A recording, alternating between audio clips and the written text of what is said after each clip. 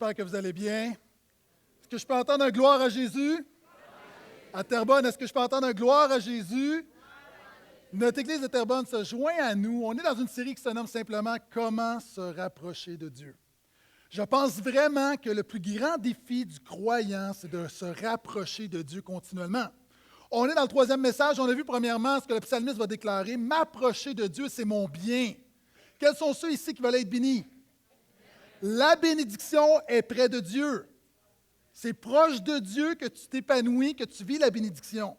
On a vu la semaine dernière la foi qui rapproche de Dieu.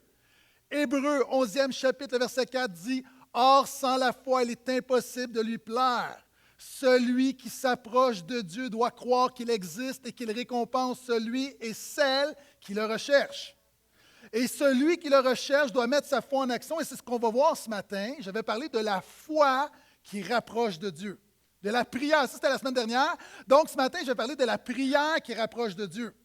Et peut-être tu te dis, Pasteur Gaétan, je l'ai discuté à comprendre parce que pour moi, toutes les prières me rapprochent de Dieu. Est-ce que tu savais qu'il y a des prières qui éloignent de Dieu? Proverbe dit que celui qui détourne son oreille de l'enseignement, sa prière même est un péché. David va dire, si j'avais gardé le péché dans mon cœur, le Seigneur ne m'aurait pas écouté. Jacques va dire, vous ne recevez pas parce que vous demandez mal, il y a un problème avec vos prières. Jésus va dire, ce n'est pas à force de paroles que le Père va t'exaucer. Donc, tu peux prier, prier, prier, mais ça ne va pas nécessairement te rapprocher de Dieu. Jésus va dire également, si tu présentes ton offrande, et dans la Bible, l'offrande est un symbole de la prière, de la communion avec Dieu. Si tu présentes ton offrande à Dieu et que tu te rappelles que ton frère a quelque chose contre toi, laisse ton offrande et va d'abord te réconcilier avec ton frère. Donc, tu peux prier, prier, mais si tu gardes l'offense dans ton cœur, le non-pardon, Jésus dit que Dieu ne t'écoute pas. Donc, et c'est pour ça que Spurgeon va dire la chose suivante. Souvent, on a l'impression que la prière est quelque chose de saint, mais le cœur est vraiment important. Et Spurgeon va dire, il y a assez de péchés dans la meilleure des prières pour être à jamais rejeté de Dieu. Et il va dire ensuite, un homme qui essaie de prier Dieu sans sauveur insulte Dieu. Et c'est pourquoi ce qui fait la différence, ce n'est pas la prière, ce qui fait la différence, c'est la prière au nom de Jésus. Et nous allons voir ce matin justement cette prière au nom de Jésus qui te rapproche de Dieu. Donc, si tu as une Bible, on est encore dans l'Épître aux Hébreux, 4e chapitre, le verset 14. Et pendant que vous tournez, Hébreux 4, 14, ce matin, je vais parler du trône de la grâce. Vous savez, on parle beaucoup du trône de la grâce. Peut-être vous l'avez entendu dans les prières, dans certains vieux cantiques, on parle du trône de la grâce. Pourquoi le trône de la grâce est le symbole du croyant qui s'approche de Dieu, le roi des rois, dans la prière.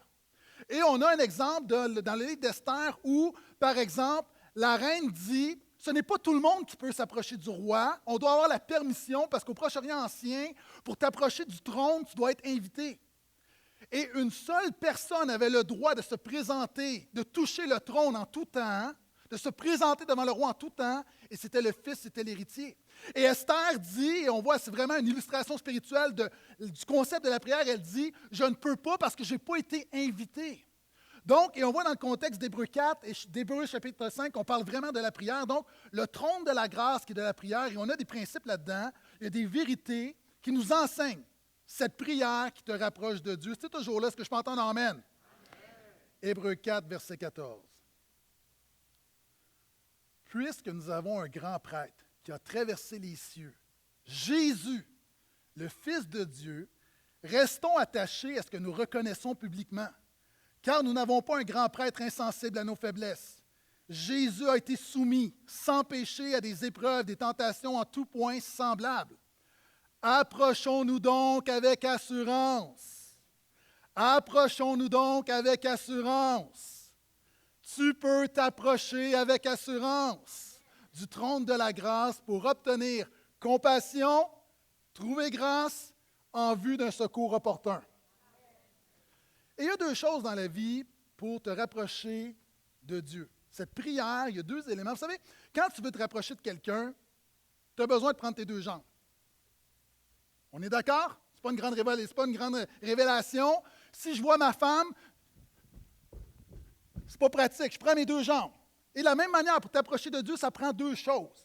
Ça prend la puissance et l'assurance. La puissance et l'assurance. La puissance et l'assurance. Et il y a des gens ici, ton problème, ce n'est pas que tu ne pries pas, c'est qu'il n'y a pas de puissance et d'assurance dans tes prières. Et ce passage nous enseigne deux choses. Premièrement, elle nous parle de la puissance de la prière au nom de Jésus. Dans quelques instants, je vais parler de l'assurance que tu as dans la prière, que tu peux développer. Mais premièrement, j'aimerais parler, est-ce que vous êtes d'accord avec moi qu'il y a une puissance dans le nom de Jésus? Jésus a dit, tout ce que vous demanderez en mon nom, je le ferai. Jean 14. Jean 16, Jésus va dire, ce que vous demanderez en mon nom, le Père le fera. C'est pourquoi on voit dans les Actes des Apôtres, les apôtres voient un homme à un moment donné qui est paralytique et va lui dire, au nom de Jésus, lève-toi et marche. L'apôtre Paul va nous dire dans Éphésiens de prier au nom de Jésus, de louer au nom de Jésus, de rendre grâce au nom de Jésus. À un point tel que dans Colossiens, il va dire, quoi que vous fassiez en parole ou en œuvre, faites tout au nom du Seigneur Jésus. Mais ça veut dire quoi, prier au nom de Jésus? Souvent, on a une conception du nom de Jésus, de la prière au nom de Jésus qui est erronée. On a demandé à un enfant à un moment donné, qu'est-ce que ça veut dire au nom de Jésus? Et l'enfant a dit, ça veut dire que la prière est finie. Parce qu'on termine un peu, on utilise le nom de Jésus un peu comme une recette, un sésame ouvre-toi, blablabla, au nom de Jésus. Est-ce que vous êtes d'accord avec moi que le nom de Jésus, c'est plus puissant que réciter?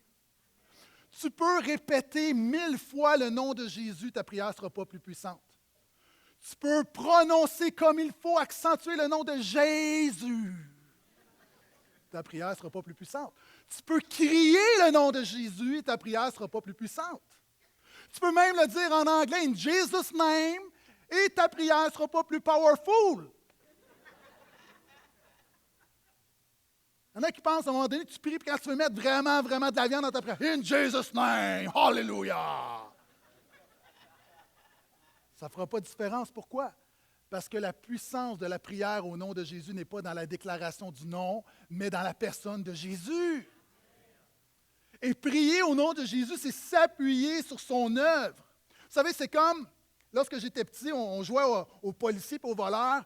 À un moment donné, je suis le policier, puis là, qu'est-ce qu'on dit toujours? Les petits garçons, quand on joue le rôle du policier, puis il y a un bandit, au nom de la loi, je vous arrête. Si je fais ça aujourd'hui, ça ne marche pas. Imagine, j'arrive là, je suis dans la rue, puis là, j'arrête, je t'arrête, descends de la voiture. Au nom de la loi, je vous arrête. Tu vas me répondre quoi? T'es qui, toi? Pourquoi? Parce que je n'ai pas d'autorité. Pour dire au nom de la loi, pour représenter la loi, le nom de la loi est dans l'autorité, tu dois avoir reçu l'autorité. Lorsque tu es un policier, moi je connais des policiers, si la personne dit au nom de la loi, ça marche, mais moi ça ne marche pas. Parce que cette personne a une autorité que moi je n'ai pas. Maintenant, dire le nom de Jésus, ce qui fait la différence, c'est l'autorité spirituelle. Et l'autorité spirituelle est déterminée par une seule chose. Ce n'est pas la force de ta voix, ce n'est pas le débit, ce n'est pas combien de fois tu vas le dire. Elle est déterminée par ce que Jean nous dit, premier chapitre. Dieu, en Jésus, nous a donné le pouvoir, l'autorité de devenir enfant de Dieu. Quand tu es un enfant de Dieu, tu deviens un enfant de Dieu par ta foi, ta repentance, j'en parlerai la semaine prochaine. En Jésus, tu as l'autorité et lorsque tu dis au nom de Jésus, il y a des choses qui bougent. Et la puissance du nom de Jésus, est-ce que vous savez pourquoi la prière au nom de Jésus, elle est puissante? Parce que Jésus est puissant. Et l'auteur nous parle de 3 vérités sur la personne de Jésus, et ça va te donner de l'assurance, j'en parlais dans quelques instants, mais premièrement, il nous dit quelque chose de vraiment important sur Jésus qui nous explique pourquoi la prière au nom de Jésus est puissante. Premièrement, verset 14, « Puisque nous avons un grand prêtre qui a traversé les cieux. » Ce n'est pas la même chose. Première chose, pourquoi la prière au nom de Jésus elle est puissante? Parce que Jésus est le seul médiateur entre Dieu et les hommes. Le seul, l'unique, il n'y en a pas d'autre. Si tu veux que tes prières se rendent au Père, tu dois seulement passer par Jésus. L'auteur nous dit, puisque nous avons un grand prêtre qui a traversé les cieux. Vous savez, aujourd'hui, dans notre culture, il y a des catégories qu'on a perdues. Aujourd'hui, peut-être que les gens pourraient parler d'un Jésus est notre gourou, Jésus est comme notre coach, notre mentor, un thérapeute. Mais à l'époque, un grand prêtre, tout le monde sait c'est quoi. Le grand prêtre, c'est un médiateur entre le Dieu saint et l'homme pécheur. Parce que la Bible dit que l'homme pécheur ne peut voir Dieu, le Dieu saint, et vivre. Ça prend un médiateur, ça prend une zone tampon. Et Dieu, dans sa grâce, a institué des rites où des hommes vont faire des rituels justement pour préparer la venue de Jésus, pour enseigner aux croyants que tu as besoin d'un médiateur. Tu ne peux pas, toi, pécheur, te présenter devant le Dieu saint n'importe comment. Et ça, c'était le grand prêtre. Maintenant, la Bible nous dit que Jésus est le grand prêtre parfait. Jésus est le seul médiateur entre toi et Dieu. Et c'est pourquoi la prière au nom de Jésus, elle est puissante, parce que quand tu pries au nom de Jésus, ça rentre au poste. Donc, pas besoin de prier grand-maman qui est décédée. Pas besoin de prier ma tante Céline qui est décédée. Et je le dis avec respect, il y a des gens, ton père qui est mort n'a pas la puissance de veiller sur toi. Il est mort. Ne prie pas Saint-Jude, ne prie pas Marie, Erzulie,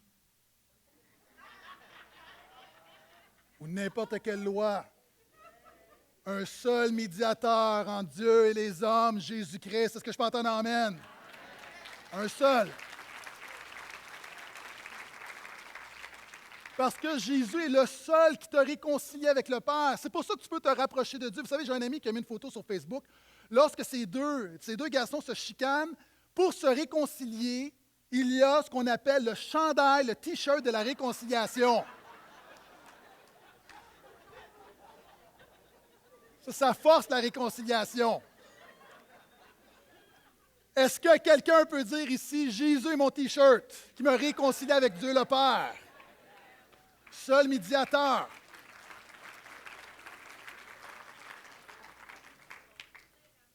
Et là, il y a des gens qui pourraient dire, oui, mais moi, pourquoi tel saint? Puis l'auteur nous dit, c'est le seul qui a traversé les cieux.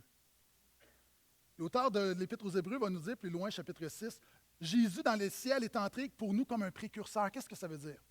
OK. Je vais vous expliquer un principe, là. Il y a un principe quand une femme accouche qui est le suivant. Je suis un spécialiste, écoutez-moi bien. Quand la tête passe, tout passe. Est-ce qu'on s'entend? OK, mesdames, soyez avec moi, là, parce que je n'ai pas l'air crédible. Mais par expérience, quand la tête passe, le reste passe. C'est rare que ça reste pris au niveau des orteils. Maintenant, il y a un principe spirituel. La Bible dit que Jésus est la tête de l'Église qui est son corps. Lorsque la tête est dans les cieux, le corps de Christ est dans les cieux. Il est notre médiateur. Il est comme un précurseur pour nous. Comme j'ai mentionné la semaine dernière, un petit peu de foi amènera ton âme au ciel, mais beaucoup de foi amènera le ciel dans ton âme. Première raison pourquoi ta prière au nom de Jésus est puissante. Deuxièmement, il va dire, nous avons un grand prêtre qui a traversé les cieux, Jésus, le Fils de Dieu. Parce que Jésus est le Fils de Dieu. Reste avec moi. Sa divinité amène son éternité qui amène son efficacité. Pourquoi c'est important? Il devait être Fils de Dieu. Fils de Dieu, son œuvre, elle est éternelle. Elle ne termine pas à sa mort, elle n'est pas limitée par ses péchés. Sa divinité amène son éternité et son éternité amène son efficacité. Et c'est pour ça qu'aujourd'hui, tu peux déclarer que tu es un grand sauveur. Parce que Jésus est efficace. Non seulement c'est vrai, il est efficace. L'auteur, encore une fois, de l'Épître aux Hébreux va dire autrement, c'est pour cela, parce que Jésus, c'est le Fils de Dieu, qu'il peut sauver parfaitement ceux qui s'approchent de Dieu par lui, puisque Jésus est toujours vivant pour intercéder en leur faveur. Étant Fils de Dieu, il prie pour toi, il intercède pour toi. Et c'est pourquoi tes prières au nom de Jésus sont puissantes et efficaces, parce que c'est Jésus qui prie. C'est comme, vous savez, quand un enfant vient voir ses parents, vient voir son père. Là, moi, je me souviens, mes enfants étaient tout petits. Puis là, ils arrivaient, puis, tu sais, où ils commencent à parler, puis c'est pas clair. Du monde qui dit, mon mari a 50 ans, puis c'est pas clair quand il parle, mais ça, c'est autre chose. Puis là, il était comme. Et là, l'enfant vient, mais en tant que père, tu sais ce que ton enfant va dire. Donc, tu complètes sa phrase à sa place. Toi, tu dis, moi, là, je ne suis pas bon pour prier. C'est pas grave, Jésus complète tes prières à ta place. C'est pour ça que tes prières sont efficaces. Ce n'est pas dans l'éloquence, c'est dans l'œuvre de Jésus. Non seulement Jésus est le Fils de Dieu, et ça, c'est vraiment excitant. On pourrait dire, il est le Fils de Dieu, il est puissant. Non, la puissance. Pourquoi la prière au nom de Jésus, elle est puissante? Car nous n'avons pas un grand prêtre insensible à nos faiblesses. Jésus a été soumis sans péché à des épreuves, et le mot grec, on pourrait traduire également par tentation, en tout point semblable à nous. Troisième pilier, pourquoi la prière au nom de Jésus elle est puissante? Non seulement il est le seul médiateur entre Dieu et les hommes, Jésus est le Fils de Dieu. Troisièmement, Jésus est sensible à ta faiblesse. La Bible nous dit que Jésus a été tenté comme toi. En passant, pour nos amis qui sont peut-être moins familiers avec le monde de la Bible et certains concepts vraiment importants, la tentation n'est pas le péché. La tentation, c'est le petit verre qu'on met sur l'hameçon, que le diable met devant ta face. Péché, c'est mordre. Tous les êtres humains, nous sommes tentés et nous mordons à un moment donné ou à un autre. Nous mordons continuellement au péché. La Bible nous dit que Jésus a été tenté. Jésus n'a jamais péché, mais Jésus connaît la tentation parce qu'il a été tenté.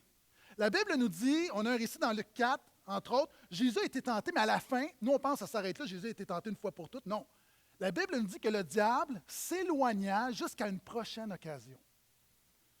Tout le long du ministère de Jésus, le diable a tenté de faire mordre Jésus. Et souvent, on l'oublie, on pense que Jésus était comme, non, n'a pas vécu ce qu'on a vécu. Le diable a mis probablement un hameçon pour que Jésus puisse s'énorgueillir, pour le forcer à faire comme Adam, à vivre indépendamment de Dieu, à douter. Le diable a tenté Jésus de mentir pour sauver sa vie. On le voit dans le jardin de Gethsémani, une tentation qui est là. Il y aurait peut-être une porte de sortie, mais Jésus a refusé de la prendre. Et je ne veux pas vous choquer, mais Jésus a revêtu notre humanité. Et avec ça, il a vécu la tentation. Et probablement, quand la femme de mauvaise vie, la prostituée est venue, puis elle a flatté les pieds de Jésus avec ses cheveux, le diable a pu mettre dans son cœur une tentation de convoitise. J'imagine qu'elle n'était pas laide. Je dis ça de même. Jésus a été tenté de s'apitoyer sur lui-même, peut-être même de se moquer des pharisiens alors qu'ils avaient le dessus sur lui. On ne sait pas, mais ce qu'on sait, c'est que Jésus a été tenté. Ce que tu vis, il l'a vécu. La différence, c'est que Jésus a été tenté, mais sans jamais mordre, sans péché. Jamais. Il peut compatir avec toi. C'est un peu comme Toto qui est à l'école. Vous connaissez Toto? Toto est à l'école, je vous le présente. 3e année, puis sa professeure, son enseignante, elle veut donner une leçon de psychologie à la classe. Puis elle dit, est-ce qu'il y a des gens ici, des petits amis, tu te sens imbécile? Tu te sens idiot? Tu sens que tu ne comprends rien, tu te sens plus bête que les autres? Si c'est ton cas, lève-toi debout. Ça arrive à tout le monde, ça fait partie de la vie. À un moment donné, un jour ou l'autre, on se sent tous un idiot, un imbécile. Donc, c'est ton cas. Lève-toi. Là, Toto, il se lève. Là, elle est contente. Elle dit, bravo, Toto. Je suis contente que tu te sois levé pour montrer que... Là, il dit, non, mais c'est pas ça, c'est que ça me faisait de la peine que vous soyez tout seul debout.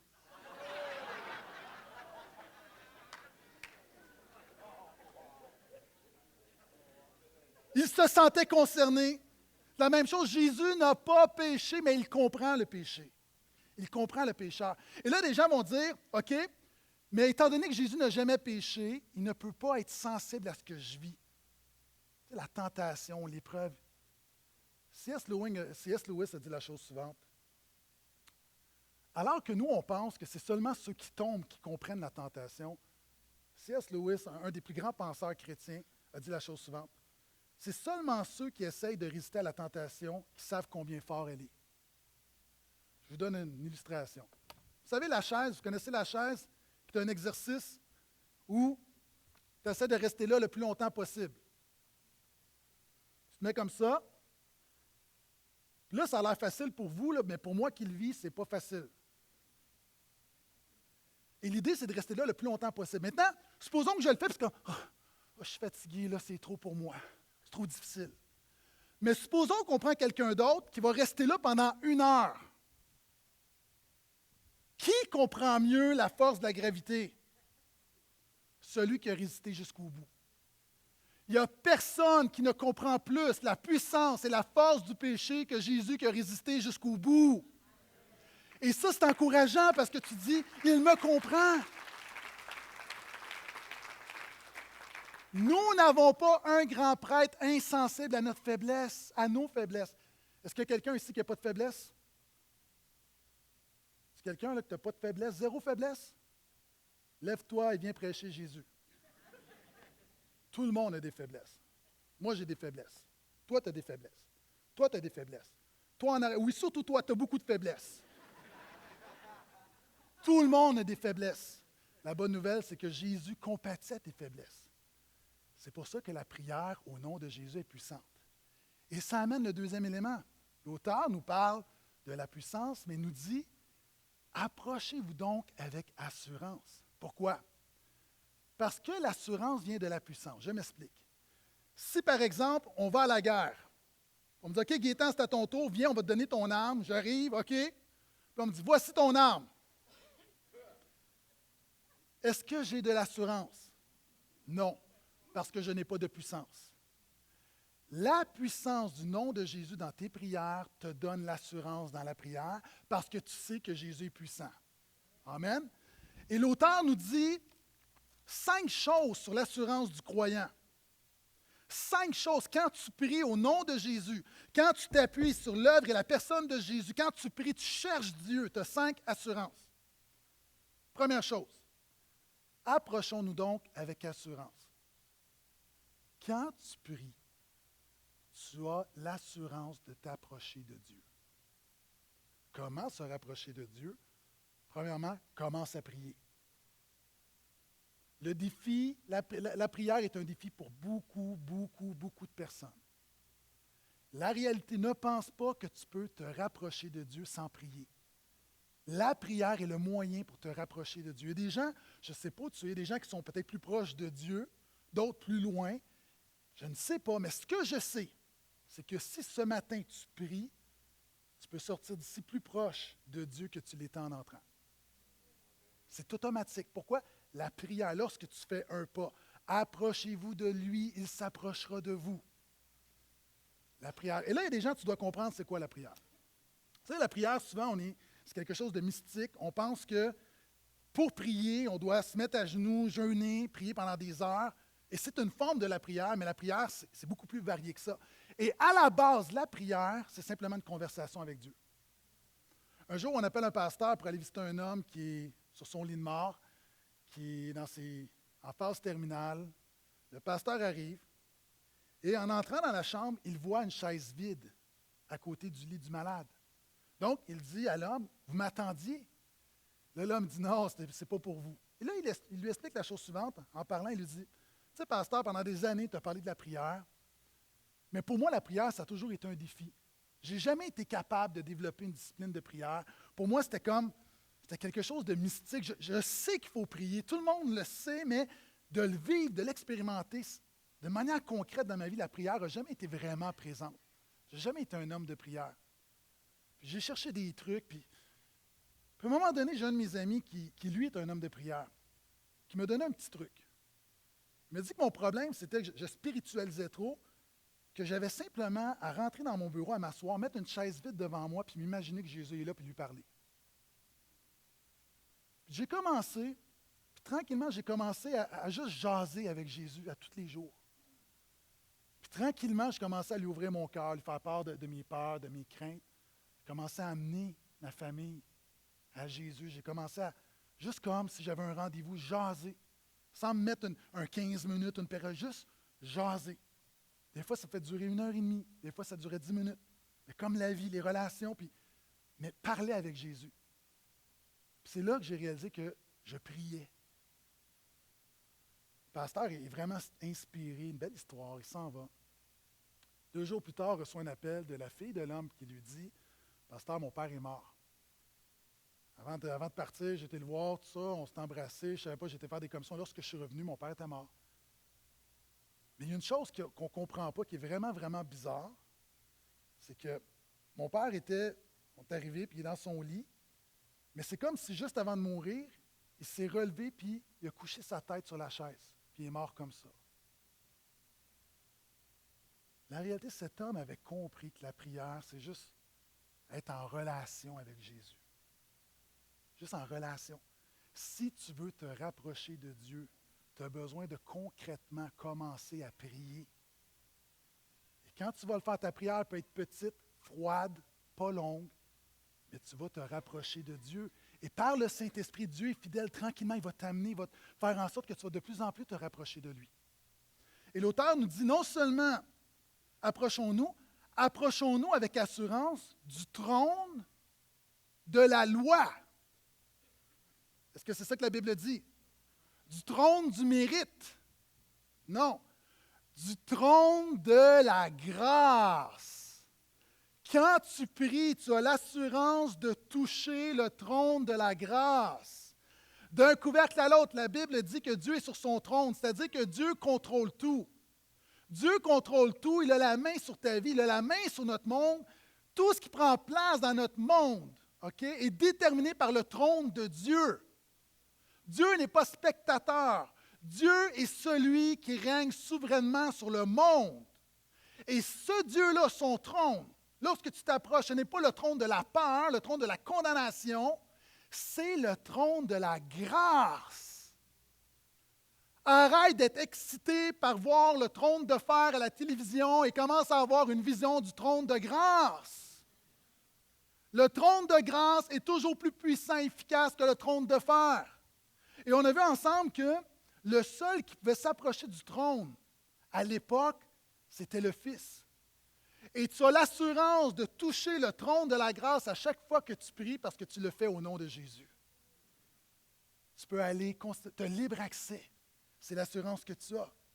Et regardez, quand on le fait, la troisième assurance qu'on a, approchons-nous donc avec assurance du trône de la grâce pour obtenir compassion. OK, je vais t'expliquer quelque chose.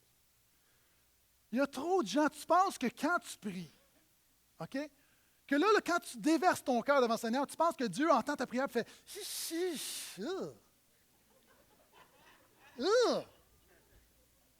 Oh, je ne savais pas ça. Dieu accueille avec compassion une prière qu'il connaît déjà en passant. Est-ce qu'on peut tout dire à Dieu? Est-ce qu'on peut tout dire? Oui, on peut tout dire. Pourquoi? Parce que Dieu ne te juge pas, Dieu t'accueille avec compassion. Tu peux dire à Dieu, je n'ai pas le goût de prier. Moi, j'ai déjà commencé des temps de prière comme ça. Il y a du monde qui dit, mais non, il faut que tu te présentes sur ton plus beau jour.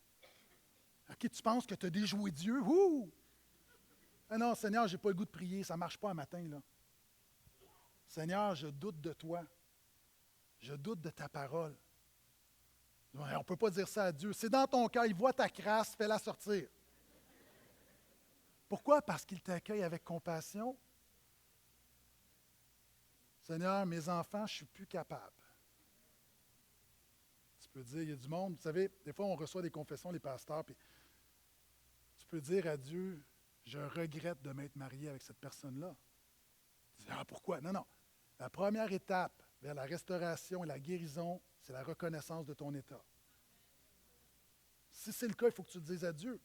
Puis Dieu ne va pas te laisser comme ça, mais tu vas obtenir compassion de dire, Seigneur, je ne suis pas capable de pardonner. J'essaye, je ne suis pas capable. Seigneur, tu vois telle personne, je te dis, j'ai le goût de lui arracher la tête.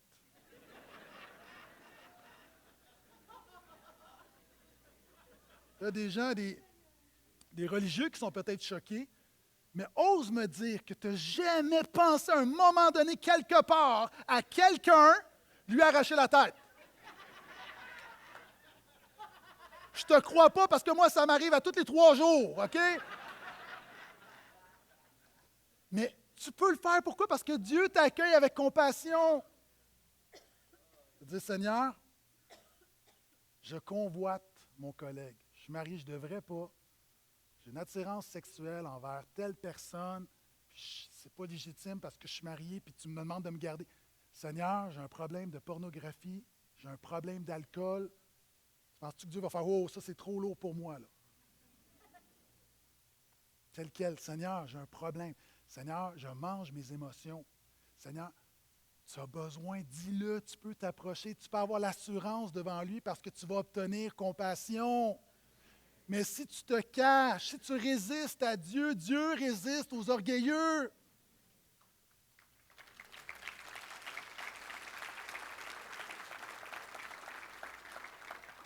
Non seulement tu as l'assurance quand tu pries, que tu t'approches de Dieu, que tu touches le trône de la grâce, que tu obtiens compassion, mais tu trouves grâce. OK, là, il y a des gens qui disent, oui, mais pasteur Gaétan, tu l'as mentionné, le trône de la grâce. Oui, mais ce n'est pas moi, c'est lui qui le répète 2 fois. Si j'étais son conseiller, je lui aurais dit, OK, mon ami, auteur de l'Épître aux Hébreux, tu as écrit le trône de la grâce, puis là, tu parles de compassion, tu reviens avec la grâce, change de thème un peu. Moi, je pense qu'il voulait vraiment mettre l'accent sur la grâce. Vous savez, en anglais, on chante Amazing Grace. Pourquoi? Parce que la grace est amazing. Amen? C'est comme, à un moment donné, il y a des choses tellement simples qu'on a. Quand tu as une révélation de la grâce, il répète pour que tu trouves grâce. Il y a des chrétiens, tu n'as jamais trouvé grâce. Tu as été sauvé par grâce, c'est correct, mais dans ta vie, tu ne trouves pas la grâce. Tu trouves la condamnation. Ça, tu es bon pour la trouver. Tu es bon pour trouver la culpabilité. Mais est-ce que tu trouves la grâce? Et la grâce, je le dis, la grâce n'est pas une licence pour faire n'importe quoi. Quand tu réalises la grâce, elle transforme. Mais lorsque tu t'approches de Dieu, tu ne reçois pas ce que tu mérites. Parce qu'on en mangerait des claques derrière la tête. Tu ne reçois pas ce que tu mérites et tu reçois ce que tu ne mérites pas. Notre problème, c'est qu'on n'a pas réalisé la richesse de sa grâce. On n'a pas réalisé justement combien la grâce, elle est infinie. Comment est-ce qu'elle est amazing, elle était merveilleuse. Alexandre le Grand, un jour, un de ses conseillers, un philosophe qui était un homme exceptionnel, un bon conseiller, vient voir Alexandre le Grand et lui dit, « Majesté, j'ai un problème. » C'est un homme qui venait d'un milieu modeste, puis il y avait des gros problèmes d'argent, puis j'ai besoin d'argent. Alexandre lui a dit, « Va voir le trésorier, puis demande-lui ce que tu veux. » L'homme était voir le trésorier et a fait sa demande. Mais la demande était tellement énorme que le trésorier lui a répondu en grec, « No way. » Voyons, c'est un conseiller, là, je comprends, là, mais ça, c'est jamais personne n'a demandé autant d'argent. Le trésorier était voir Alexandre le Grand. Il a dit, « Majesté, le philosophe est venu me voir. Vous retrouvez ça dans les livres d'histoire. Il m'a demandé une somme incroyable. Il m'a dit que vous l'aviez préautorisé, mais c'est trop gros. Qu'est-ce que je fais avec ça? » Voici ce qu'Alexandre le Grand a répondu. « Payez l'argent immédiatement. Le philosophe m'a fait un honneur singulier. Par la grandeur de sa requête, il a démontré qu'il a compris autant ma richesse que ma générosité. »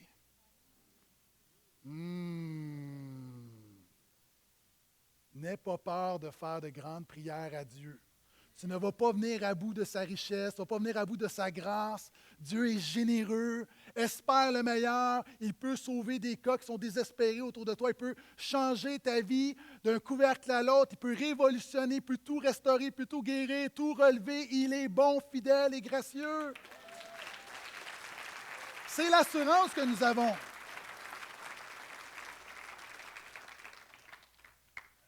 Et la 5e assurance, elle va dire en vue d'un secours opportun.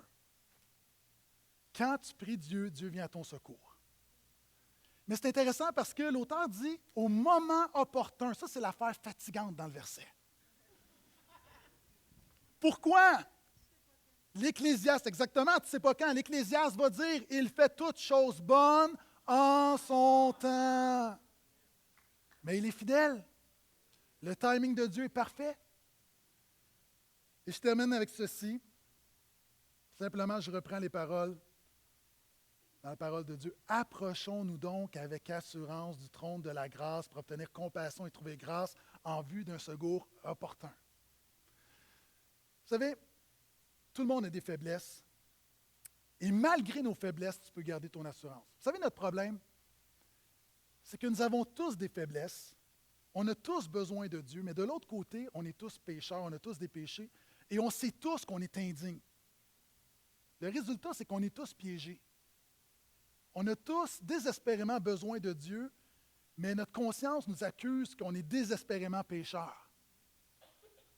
Donc, ça nous enlève de l'assurance. Mais quand tu comprends ce que Jésus a fait, quand tu comprends ton identité en Christ, malgré tes faiblesses, malgré que tu chutes, malgré que tu pêches, quand tu te présentes devant Dieu, tu as de l'assurance. Et j'aimerais vous présenter une vidéo.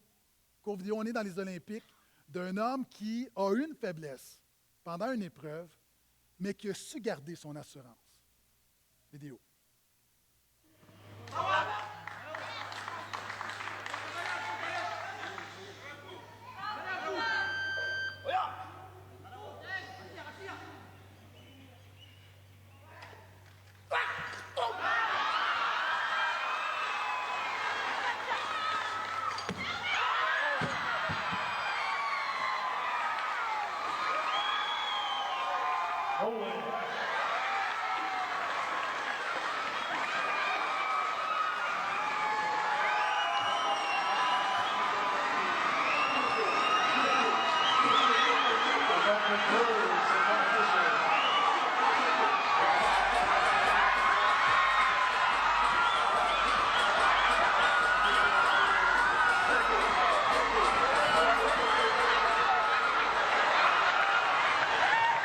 Alléluia.